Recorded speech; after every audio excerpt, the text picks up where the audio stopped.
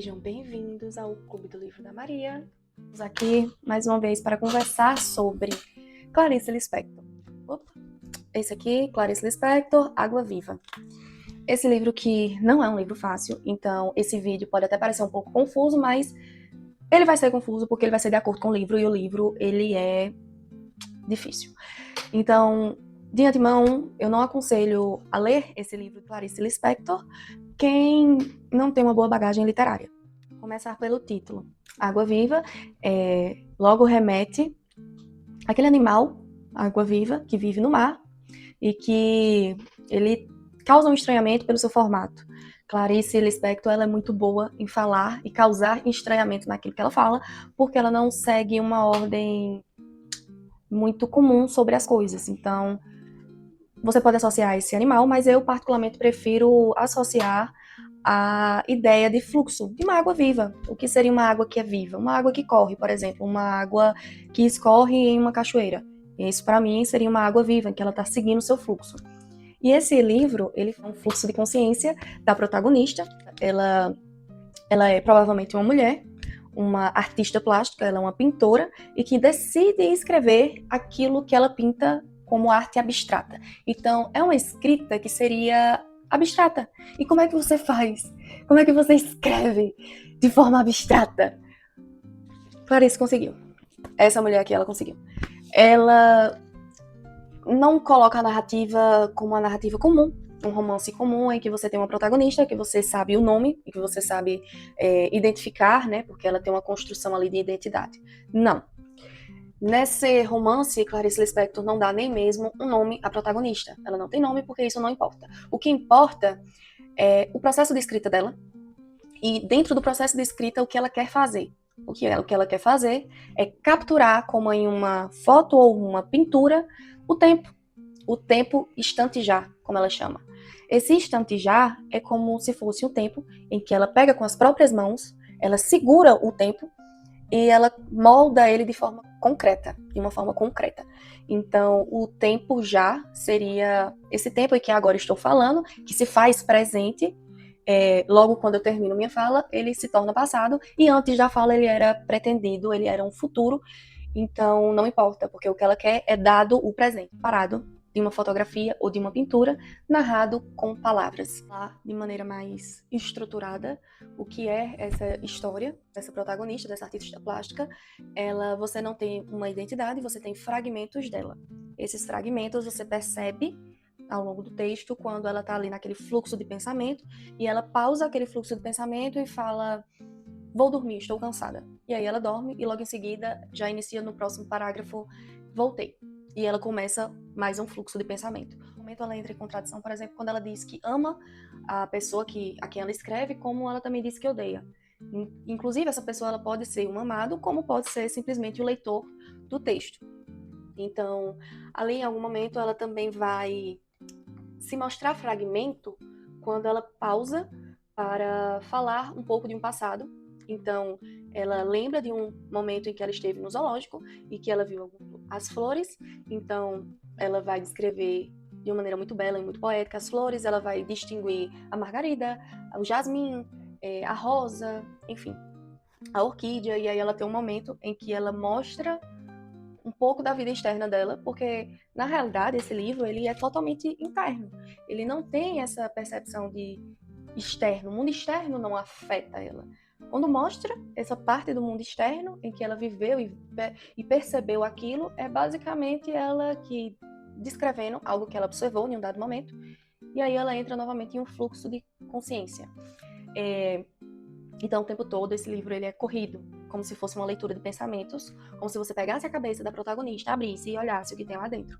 É basicamente isso que você faz. Você lê o pensamento dela, e ela tá ali, sentada, de frente à sua janela, escrevendo, e ela, em alguns momentos, ela consegue descrever o ambiente. Então, tem um momento aqui que é belíssimo, inclusive, que ela descreve que está sentada, e quando ela tenta escrever, ela percebe que a janela não está fechada e não é possível fechá-la, e entra, e já é noite, entra então a luz do luar, uma luz esbranquiçada, em que bate e clareia o seu quarto. Então, isso é uma descrição que ela faz, e o tempo todo ela traz sensações na escrita. Com essa escrita, ela vai trazer a sensação que é tentar capturar e estar presente. E existem 2 meios que ela faz isso, e ela faz isso muito bem, que é na construção de um it e na construção do x. Então, é um pouco filosófico, é um pouco metafísico, mas quando ela fala do it, é aquilo que é mais primitivo, aquilo que vem antes do pensamento, aquilo que é tudo, que na realidade é nada, porque o tudo é qualitativo, e ela não quer uma quantidade, então é um nada. Ele é Deus, ele é a... E o it, ele é aquilo de essência que existe no ser humano e que está em tudo, está em todo lugar, está em toda parte, e é belíssimo, e é também bem difícil de entender, e ela não para dar um conceito. O que ela faz é descrever, tipo, isso também é um it. Então, em algum momento aqui ela fala, o ar é it. O ar, ele não é palpável, e ele está lá, onipresente, o tempo todo. Ela entra também em um lugar, aliás, antes de eu falar desse lugar, que é o lugar em que ela fala de Deus, ela tem o X da questão. E o X da questão é o sopro, ela diz em algum momento que o X é o sopro do it. Então esse X que ela narra é aquilo que é indizível. O it é tudo, tudo aquilo que vem anteriormente, que é primitivo, que vem antes do pensamento, e é difícil nomeá-lo. E o processo de não conseguir nomear e descrever é o X da questão. Literalmente, é o X que ela coloca lá para descrever. E ela fala que o X é o sopro do it. Ela também fala que o it é Deus. E aí, entrando nesse requisito, em que ela fala um pouco sobre Deus, ela meio que tá ali brigada. Não necessariamente brigada, mas ela tá desconfortável com Deus, porque Deus tem a questão da morte. Com Deus tem a questão da morte. E ela fala ali que não é religião, que não é o Deus em que você está acostumado a pensar, não é um Deus em que está sentado acima de você, olhando você. Não. É um Deus em que está em todo lugar e que é tudo, que está ali, inclusive nela, e ao mesmo tempo não está. E ela chega a falar, olha Deus, eu não quero morrer. E é muito forte isso, porque ela meio que dialoga com Deus, a personagem, nesse momento. E é de um livre-arbítrio muito grande. Todo esse debate de sensações que ela descreve e que ela fala sobre a própria existência e que ela fala o quanto é difícil palpar o tempo e o quanto para ela é necessário como artista e o que ela se propõe a fazer. Ela que não é escritora, ela que aqui é uma pintora e que tenta escrever. Outra questão que chega de uma maneira belíssima para mim, que me chama a atenção no livro, é o final do livro. Porque no final do livro, ela entra em um êxtase.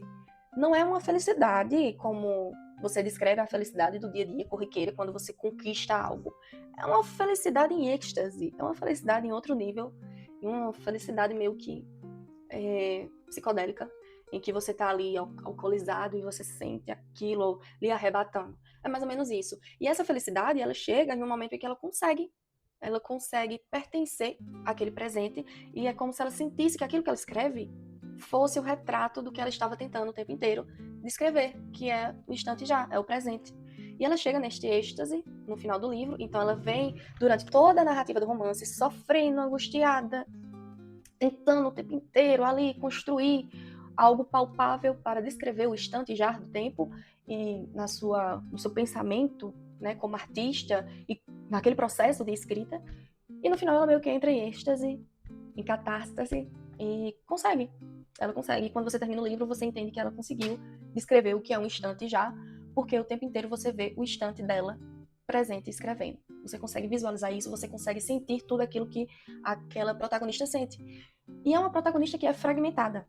E eu não sei se eu já falei, mas eu quero destacar esse processo porque é comum você tentar traçar uma identidade muito redondinha, não só sua, mas das outras pessoas. E dentro do livro é normal você ver como uma personagem ela é romântica, ou ela é singela, ou ela é rebelde, ou ela é, enfim. Existem formas de descrever, de caracterizar uma personagem, mas ela não é caracterizada. Ela é um momento. Então é como se fosse, inclusive, meio que lacaniano, né? É aquela ideia do gozo que não pode ser explicado e nem pode ser atribuído um sentido. É um gozo que você apenas é arrebatado. É um gozo que você sente, mas você não consegue fazer o outro sentir, porque ele é todo seu. É basicamente isso, e é bem lacaniano. E aí você pode entrar nesse debate do livro de Clarice Lispector, Água Viva, com Lacan.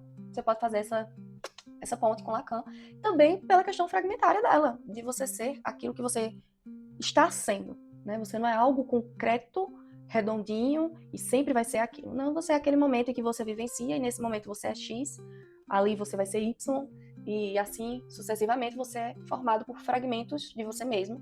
E isso também é bem lacaniano. Entra muito no universo meio que metafísico, porque você está construindo algo que vai além do ser palpável, você constrói uma questão sobre o tempo, você constrói uma questão sobre o processo de escrita, e ela retira da linguagem tudo aquilo que ela pode, inclusive o it, em que aparece, é um it que é uma palavra em inglês, né, que em sua tradução seria coisa, mas a língua portuguesa não conseguiu exprimir o suficiente ao ponto dela recorrer à língua inglesa para colocar esse pensamento do que seria o it. It é algo primitivo.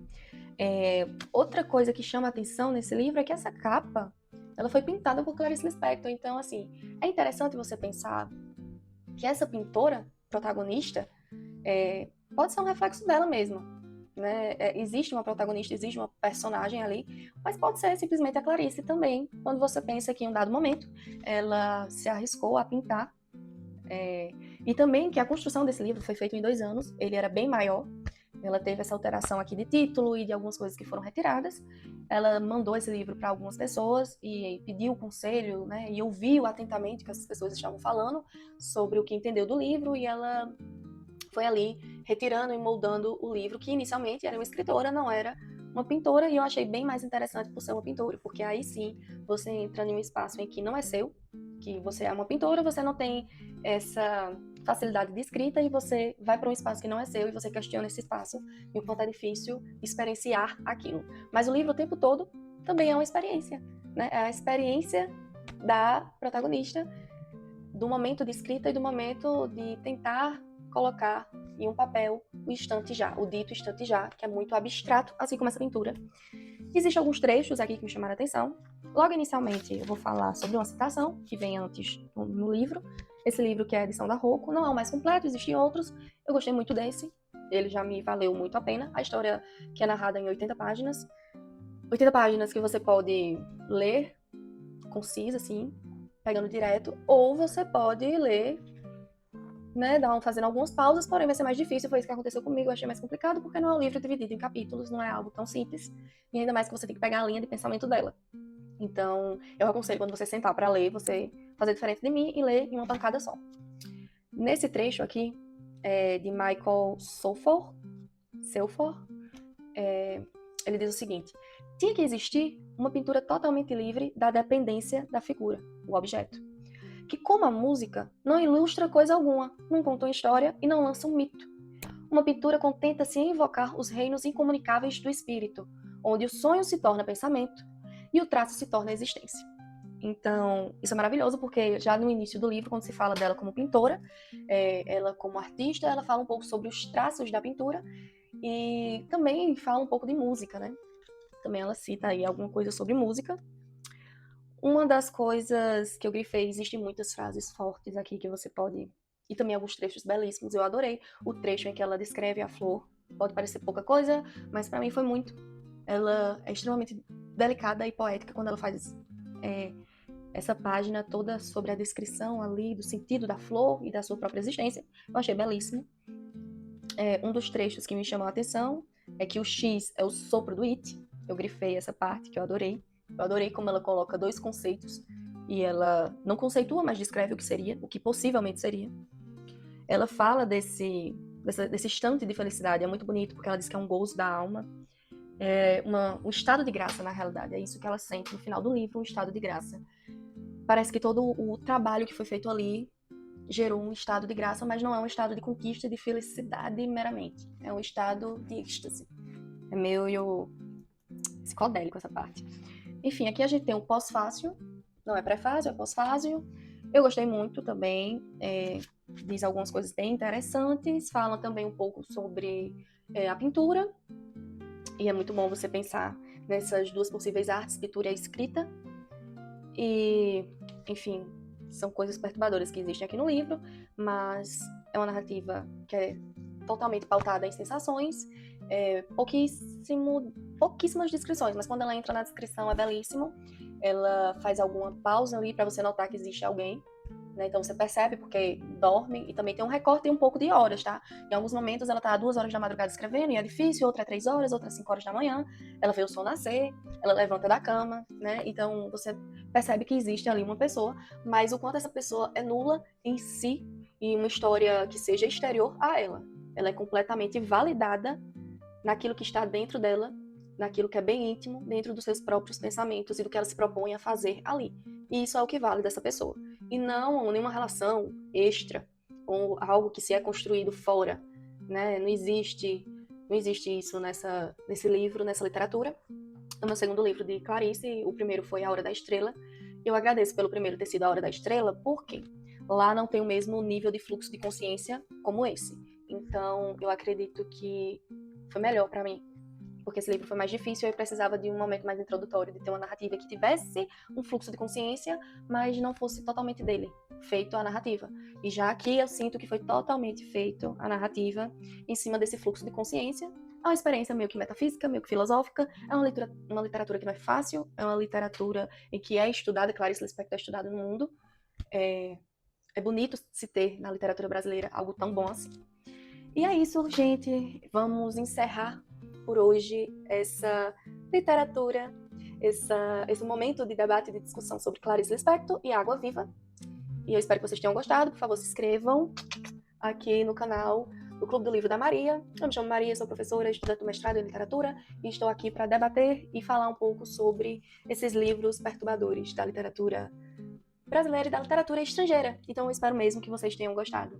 Foi um prazer e é isso.